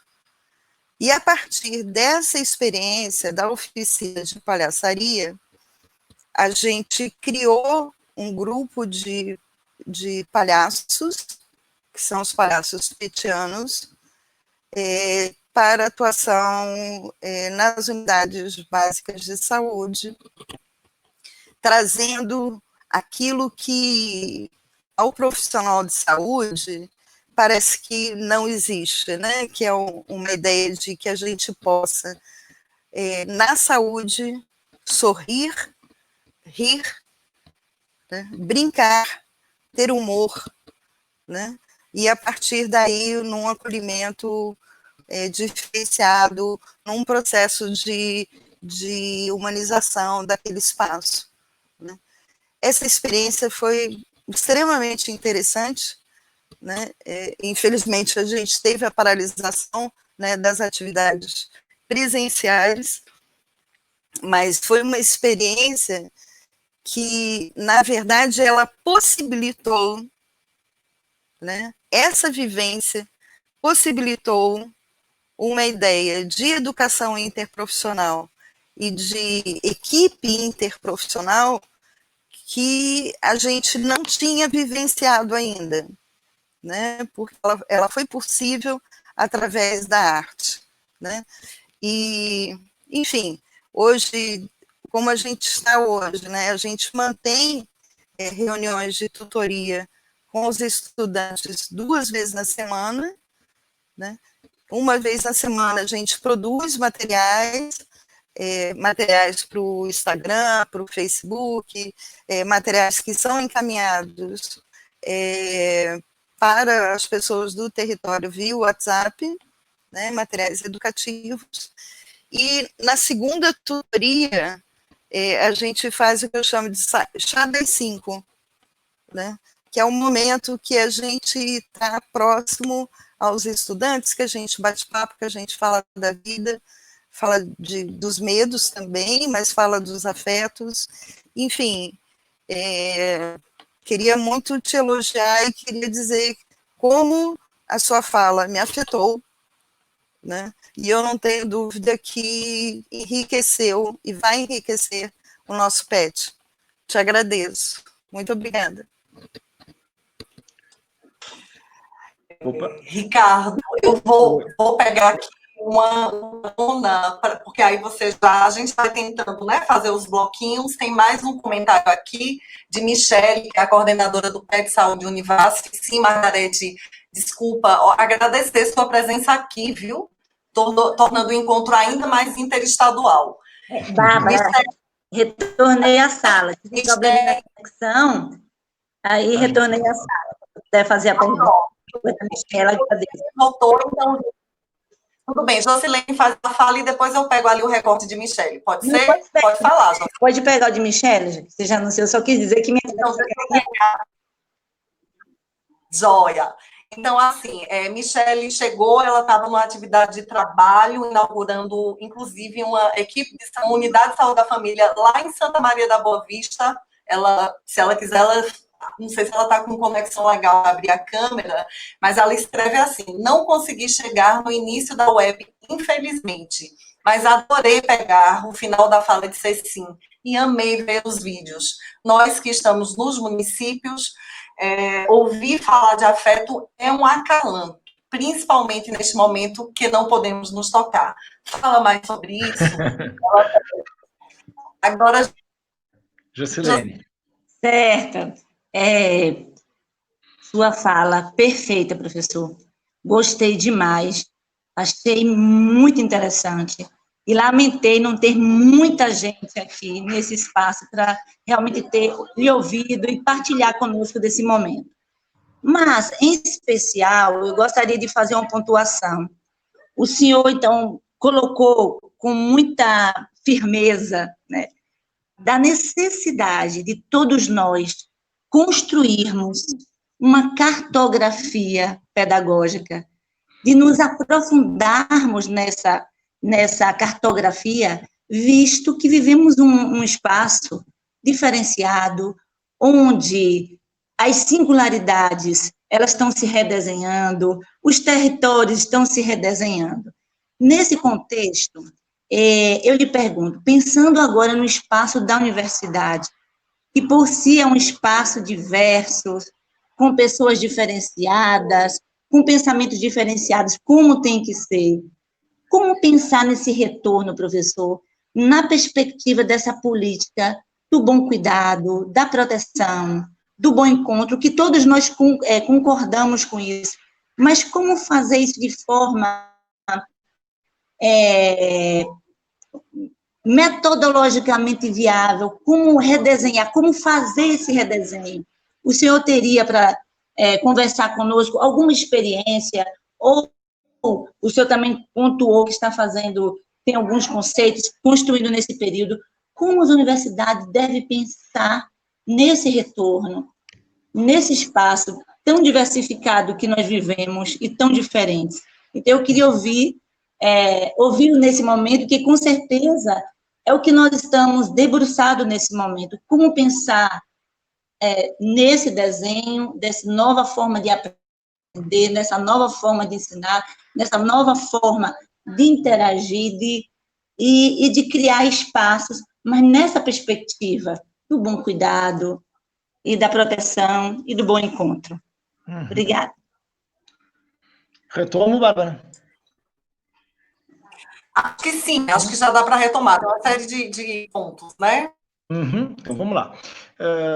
Bom, algumas coisas que vocês trouxeram, vamos ver se eu consigo pegar, talvez essas três. Teve a fala da própria Bárbara, que juntou aí algumas coisas, mas depois teve três manifestações, então, da Margarete, da Michele e da Jocilene. Eu queria falar um pouco, então, dessa colaboração interprofissional. E a gente está mesmo aqui com um grupo que é do PET, Colaboração Interprofissional, ou PET Interprofissionalidade. Então, é legal a gente falar um pouquinho disso. Com relação, então, a essa colaboração interprofissional, eu queria apontar de quando a gente fala disso, a gente está falando de pelo menos 3 grandes blocos do tipo. Tem um componente da colaboração interprofissional que é o conhecimento, que seria, então, a interdisciplinaridade. A interdisciplinaridade já está em cena há muito tempo para nós, mas ela está no campo do conhecimento, né? Está no campo do cognitivo. A gente tem um outro bloco, então, que é um bloco mais pragmático, que é o das práticas, que é o de estar em ação, de estar em serviço, de estarmos dentro do serviço de saúde, onde historicamente a gente tem falado não da interdisciplinaridade, mas do trabalho em equipe. E a gente tem alguns conceitos que têm sido usados por nós da saúde coletiva, ou da saúde mental coletiva, que é o da equipe agregado e equipe integração. Então, a gente tem um campo pragmático, que seria o da equipe integração, que vai se juntar no cognitivo com a interdisciplinaridade, e, finalmente, a gente tem um terceiro campo que nasce aí com a colaboração interprofissional, que é o campo afetivo, ou o campo, então, das trocas sensíveis, das trocas que são de um corpo em cena, de um corpo em ato. E esse é um imponderável. Esse imponderável a gente tem mais dificuldade de compreender, de administrar, porque a gente consegue falar do cognitivo e consegue falar do pragmático, mas a gente tem que reconhecer que quando esse cognitivo produz novos afetos, esse pragmático produz novos afetos, é o nosso corpo que entra em movimento, que entra em interface interface, que nem a gente usa interface na internet, na eletrônica, né? A interface é um equipamento, um dispositivo que produz conexão com o outro e isso vai gerar possibilidades. Então, esse afeto, ele vai gerar possibilidades que, inclusive, vai mudar o que a gente chama de interdisciplinaridade, vai mudar o que a gente chama de equipe-integração. Então, a interdisciplinaridade como um conceito, ela ultrapassa a interdisciplina, ela ultrapassa o trabalho em equipe ou a equipe-integração, e ela vai chegar num corpo afetivo disponível aos afetos, disponível às afecções. Então, eu acho que isso é importante dizer. E eu acho que a palhaçaria, que veio como um exemplo, ela diz de um pouco disso, porque a palhaçaria, ela usa de uma linguagem que não é atípica do setor da saúde. Então, tem aí uma competência, vamos chamar do campo interdisciplinar, que seria aí a arte do palhaço com a ciência da saúde, com saberes em saúde, ou com a psicologia, com o social, tem aí um conjunto de interdisciplina, de saberes interdisciplinares, mas elas se fazem em ato. A palhaçaria é diferente do próprio palhaço do circo, talvez em parte, porque o palhaço do circo também está muito conectado com as reações da plateia, porque ele é em ato, né? Ele não é um texto só representado e repetido. Nenhuma arte de verdade é só representada e repetida, só depois que ela está gravada, que a gente assiste mais de uma vez aquilo que está gravado. Mas quando a gente tem a plateia, a plateia afeta os atores. Muitos atores ou cantores, enfim, as pessoas dizem o quanto que a plateia muda e interfere naquilo que está sendo produzido no palco, né? Mas a palhaçaria, ela precisa ela acontece em ato. Ela acontece com a conexão que é feita com as pessoas que estão ali naquela cena onde os palhaços chegam. Então, eu acho que isso é legal, a gente fazer essa conexão da interdisciplina, de um certo perfil de práticas e dessa conexão afetiva, dessa emergência afetiva. Michele fez uma pergunta muito linda, porque essa não podemos nos tocar. É que esse não podemos nos tocar, eu vou falar de hoje. Eu tinha me comprometido a um programa de rádio, me comprometi com um programa de rádio na cidade do Crato, Ceará, a rádio comunitária, a rádio literária Carrapato, e eu tinha uma manifestação para fazer, né, uma apresentação a fazer para a rádio. E eu tinha que gravar, então eu ia mandar o áudio, já que não era ao vivo, eu ia mandar o áudio para a rádio.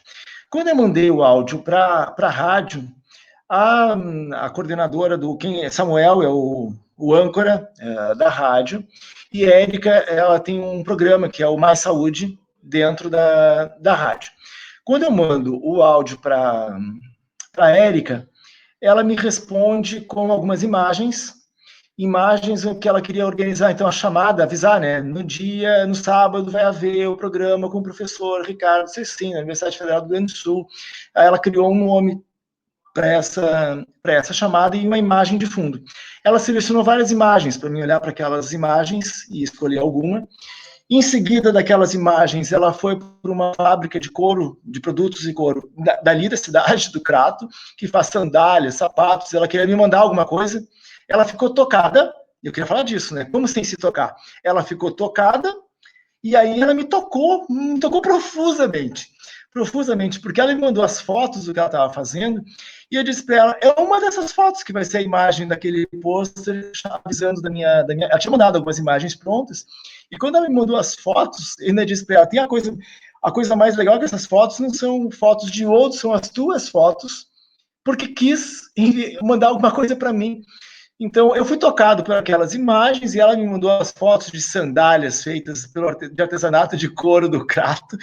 Ela vai me mandar uma sandália de presente, me mandou foto de portas pintadas. Ela me tocou profusamente. Então, tem toque aí, eu queria chamar a atenção para isso, né? Tem afecção que vem aí e a gente tem toque que vem dessa forma tão forte. Teve um outro toque que também aconteceu hoje, que junta com a interprofissionalidade, eu escrevi um texto na revista Interface, era na seção debates, eu apresentei um texto sobre colaboração interprofissional com 3 debatedores, se não me engano, e depois dos 3 debatedores a gente faz uma resposta, né? O autor de base faz a resposta aos debatedores. E essa menina, menina, não conheço a pessoa, eu só tenho nome não conheço, talvez conheça e não me dei conta, né? Porque às vezes a gente se viu, ou compartilhou em algum lugar e a gente nem sempre se lembra. A Simone Viana, ela me manda um e-mail. Eu primeiro fiquei assim pensando, o que será que ela está dizendo? Eu tive que ler o e-mail, de fato, né? Ler o e-mail, e ela dizia que ela tinha lido a minha resposta nesse debate, e a resposta tinha aberto o campo para a tese dela. Ela estava querendo trabalhar com a interprofissionalidade, referências Foucaultianas, Deleuzianas e tal. E quando ela leu o meu texto, ela disse: agora eu tenho matéria. Eu tenho matéria para minha tese. Então tem um tocar que vem aí. A gente pode tocar quando a gente põe pensamento em emergência. A gente põe pensamento para sair para fora aí dos corpos e ganhar o território das ações. E a Jacilene, começar pela primeira coisa, Jacilene, você disse assim, pena que nós somos poucos na sala nesse momento, eu nem sei quantos somos, depois que a Bárbara me diz quantos somos. Mas acontece uma coisa muito importante, a Bárbara me disse, a gente está usando esse portal aqui porque permite gravar. Se permite gravar, a gente permite disponibilizar, por exemplo, no YouTube. E eu gravei dois momentos com a Escola de Saúde Pública de Mato Grosso. Durante a sessão, para vocês terem uma ideia, só de exemplo aí, durante a sessão a gente tinha em torno de 80 pessoas. 6 horas depois, o que foi o vídeo, a gravação que foi para o YouTube, tinha 400 visualizações. 6 horas depois, a gente pulou de 80 para 400. Então, quantas pessoas estão online na hora em que a gente está aqui falando é uma coisa, mas quantas pessoas podem acessar quando a gente disponibiliza é indimensionável, porque segue. Para fechar essa resposta, então, duas questões eu queria apontar. Uma, o tema das singularidades. Eu acho importante a gente pensar, porque eu insisto um pouco na palavra, por exemplo, subjetividade, singularidade. Quando eu falo de subjetivação, singularização. Então, eu saio do lugar representação, que seria a subjetividade ou a singularidade, para o lugar ação, que é a singularização ou a subjetivação. Me interessa as singularizações e ressingularizações. É esse movimento ação. Não é a gente, então, se posicionar num lugar de a minha singularidade. Não, então seria a minha singularização, não é a minha subjetividade, é a minha subjetivação, porque isso é território dos encontros, e eu manter ativa a minha afecção pelos encontros que se dão em ato. Então não é a minha subjetividade, mas a subjetivação, não é a minha singularidade, mas a singularização. Isso vale para as políticas, vale para os serviços. A gente pode dizer assim, qual é uma crítica que eu faço à estratégia de saúde da família? Quando ela é um modelo em que a gente vai adotar nos diferentes lugares o modelo estratégia de saúde da família, é diferente de eu ressingularizar em cada local, em cada território, em cada encontro com os usuários, em cada profusão nas práticas colaborativas dentro da equipe que está ali naquela estratégia, eu ressingularizo todo o tempo. E ressingularizo, quando eu digo ressingularizo todo o tempo, por exemplo, agora com a pandemia, é ressingularizar. Então, é sempre ressingularização, eu queria manter essa noção do verbo mais do que o substantivo em relação à singularidade e subjetividade. E a pergunta foi nosso papel. É que, em lugar de responder qual é o nosso papel, eu diria que, talvez, ou para responder qual é o nosso papel, é uma pergunta que nós precisamos nos fazer, que eu tentei enunciar um pouquinho antes, que é, quais afetos nos toca mover? Quando eu respondo, se eu sou capaz de dizer quais afetos nos toca mover, então o que é que eu vou fazer? Mas é que se a gente não respondeu quais afetos nos toca mover, parece que ainda é, por exemplo, a tarefa assegurar a transmissão do conteúdo. Quais afetos nos toca mover? Com os afetos que nos toca mover, ainda é a transmissão de conteúdo ou é uma outra convocação? Ou é um outro desafio? Como eu dei o exemplo da escola lá na Turité. A nossa tarefa é mandar uma videoaula, a nossa tarefa é mandar um caderno de exercícios, a nossa tarefa é pedir que leiam a página tal, ou a nossa tarefa é um desafio fotográfico. Entendem a distinção que está? É a gente responder quais os afetos que me tocam mover. E aí, o que eu faço para mover esses afetos? Por que eu quero mover esses afetos? Então, e desses afetos, eu diria, então, aí uma convocação aos encontros alegres e uma circulação dos afetos, cujo proteger não é um proteger protocolar, é proteger a invenção da vida, a criação da vida, de uma vida que pode ser criativa, de uma vida que pode entrar em criação de si mesma.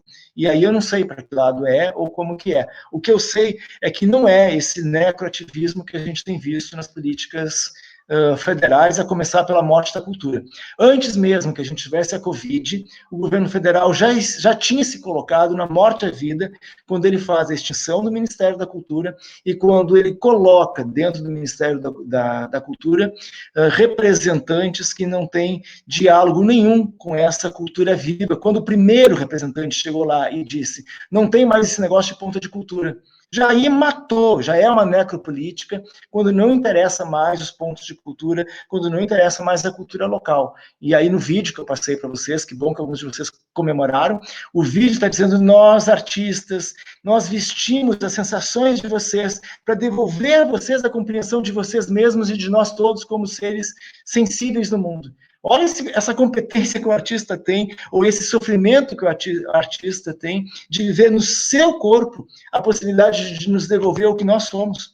E a gente, se matar isso, a gente está matando essa pulsão de vida e de afetos que são as possíveis relações entre nós, que de alguma maneira temos a tarefa de sermos profissionais de saúde. Pronto, Bárbara. Joia, eu fiquei pensando aqui uma coisa, sabe, Ricardo? Essa semana houve um encontro da Residência de Saúde Mental com a equipe de CAPS AD3 de Juazeiro e uma profissional chamada Manu trouxe uma frase de uma música de Gil, que é maravilhosa: transformai as velhas formas do viver. E nesse viver tem também as velhas formas de educar. Eu acho que ainda é um desafio muito grande, como eu diria, transpassar essa perspectiva de que educar é transmitir conhecimento.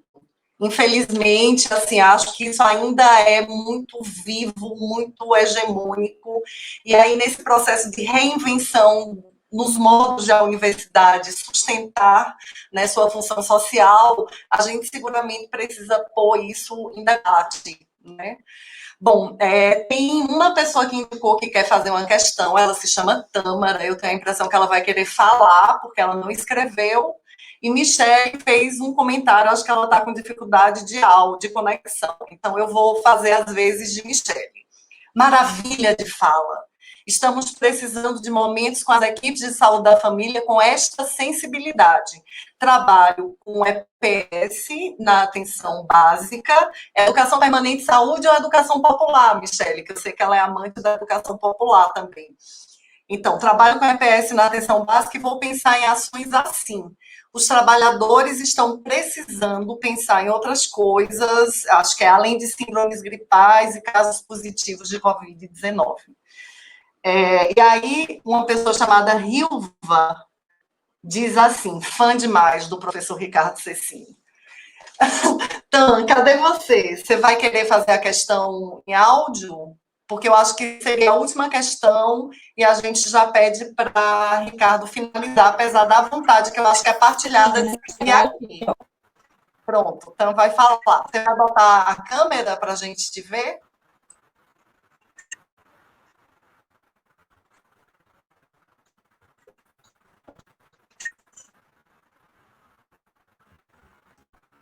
Tá. Primeiro, acho que agradecer pelas ofertas, né, que foram muito boas e as opções.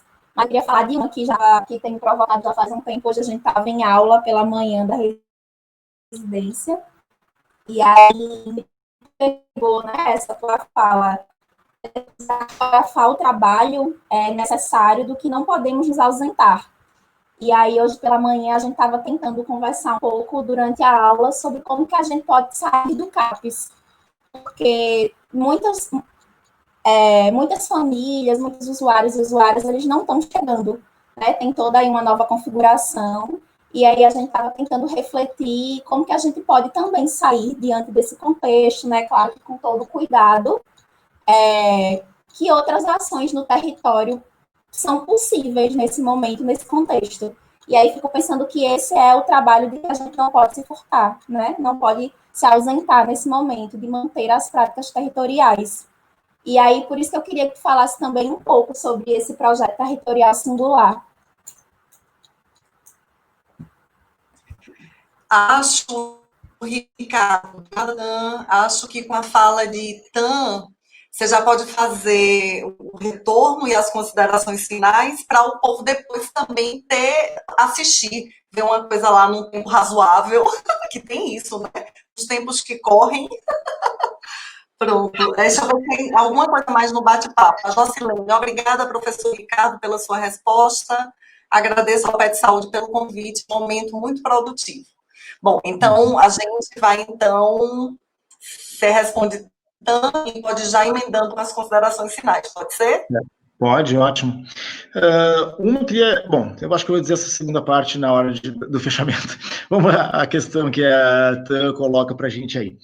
Eu gostei da formulação de duas perguntas que eu recolhi, então, nessa manifestação dela. Como a gente pode sair do CAPS e que outras ações no território são possíveis. Eu queria chamar a atenção para esse sair. Bom, primeiro eu queria chamar a atenção para o não fechar as portas. Né? Eu acho que isso é bem importante. Porque no começo, especialmente no começo da pandemia, parece que assim, hospitais ficam abertos, rede básica e CAPS fecha. Eu penso, como fecha? Sumiram as necessidades de saúde mental, sumiram as necessidades básicas de saúde, elas não sumiram, não podemos fechar essas portas. É o caos se nós fechamos um CAPS se nós fechamos uma ESF, é um caos, não podemos fechar em hipótese alguma. Mas depois vem, inclusive, quais são as tarefas, as novas tarefas. Mas quando a gente se pergunta assim, como a gente pode sair? É só a gente perguntar, ou a gente reconhecer que nós saímos para ir no supermercado. Nós saímos para as coisas que são essenciais para a preservação da nossa condição de vida dentro de casa. Se estoura um cano dentro de casa, o que a gente faz? A gente vai chamar alguém que a gente diz, não dá para essa pessoa parar de trabalhar porque está vazando água na minha casa, eu vou ficar sem água para banho, sem água para beber, e ainda vai custar um desperdício enorme de água. Eu tenho que ter essa pessoa disponível para dar conta desse vazamento que aconteceu. Eu sigo produzindo lixo dentro de casa, os serviços de saúde seguem produzindo resíduos, vamos falar melhor, né? A gente segue produzindo resíduo dentro de casa, os serviços de saúde seguem produzindo resíduo. E a gente vai chamar e vai esperar que venha o serviço de limpeza para recolher esses resíduos. Então, se pessoas podem sair para a rua para trabalhar, como é que nós não podemos? Por que nós não podemos? Nós podemos, sim, sair para a rua para trabalhar. Então, a gente tem que saber qual o trabalho que a gente não pode deixar exposto a qualquer outro ou a qualquer qual o trabalho que compete a nós mesmos darmos conta e de que maneira a gente faz isso com proteção. Então, a gente tem máscara, a gente tem proteção facial, a gente tem o capote, a gente tem várias coisas que pode usar para sair para a rua e para garantir que práticas de cuidado possam ser asseguradas. Então, a gente vai regular e vai medir e vai pedir que a gente tenha um comportamento de equipe, que a nossa reunião de equipe pode ser feita do jeito que a gente está fazendo agora. Essa pode ser uma reunião da equipe, não há problema nenhum. Se parte da população não tem acesso a recursos de comunicação eletrônica, isso é muito pouco provável que aconteça com os trabalhadores de saúde, com os trabalhadores de uma unidade básica ou de um CAPS. Então, a gente pode fazer essa reunião assim, como pode fazer essa reunião no espaço mais amplo que a gente tenha no serviço, preservado a nossa distância uns dos outros e com o uso de equipamentos de proteção. Então, é claro que dá para sair. E que outras, então, ações são possíveis no território. Aí é dessa nossa conversa que a gente vai saber. Por isso que eu falei de uma cartografia atual, de uma cartografia contemporânea ao tempo em cada lugar. Porque talvez tenha que ir para o campo da saúde do trabalhador, coisas que a gente não fazia, tem que ir para o campo da informação e lidar com dados que talvez antes a gente não fazia, que agora vai precisar fazer. Então, é um trabalho da educação permanente entre nós, que a gente vai precisar fazer para dar conta disso. Então, está em aberto, né, o que vem aí.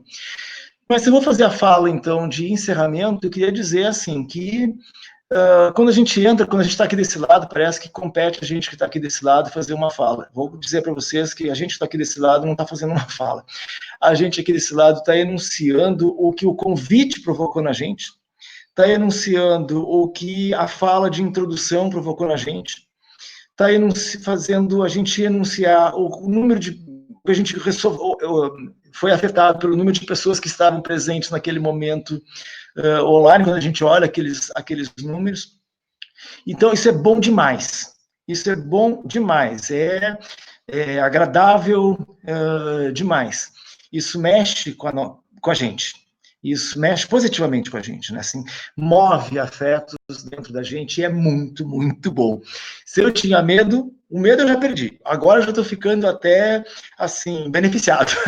Tem sido muito bom, assim, porque a gente se prepara também. Quando tem um convite, a gente se prepara um pouquinho de qual é a sequência que eu vou usar, quais são as palavras-chave que eu vou usar, quais são os exemplos que eu vou dar, eu sempre uso imagem. Bárbara sabe disso, né, Bárbara?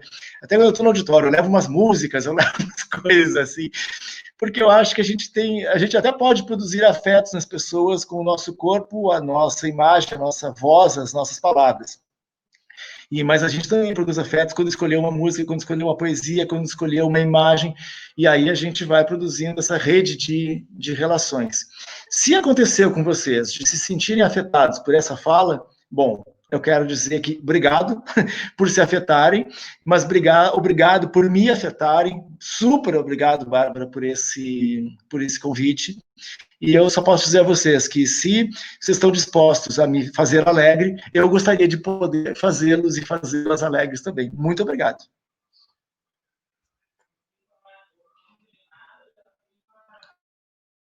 Está sem áudio, Bárbara. Sem áudio, Bárbara. Eu sempre me atrapalho com isso aqui. Eu disse assim, muito gostosinho, sabe? Muito precioso. Eu diria que a gente se tocou. A gente se tocou, sabe? Isso é bem gostoso. Então, em nome do grupo, você tinha feito uma pergunta, né? Só para depois a gente curiar quando o vídeo for lançado lá. A gente teve entre 39 e 49 pessoas ao longo do encontro. E aí eu tenho que ter muito cuidado aqui para conseguir gravar esse danado, né? Porque estamos tendo que aprender essas coisas. Conseguir fechar bem a gravação e dar mais acesso. Eu acho que é isso, dar mais acesso. Ricardo, gratidão enorme, muito obrigada por você ter topado. A gente que agradece. A gente quer você mais vezes aqui nesse pedacinho de sertão, viu? E eu aproveito para agradecer também quem pôde compor com a gente aqui, esse momento. A proposta é que o Observatório siga fazendo esse tipo de bate-papo. Eu achei legal isso de não definir previamente um tema. A gente conversou sobre possibilidades, né, deixou a coisa mais aberta, bate-papo, e aí é interessante você ter enunciado a partir do que te afetou. E pode ficar bem tranquilo de que as reverberações vão seguir.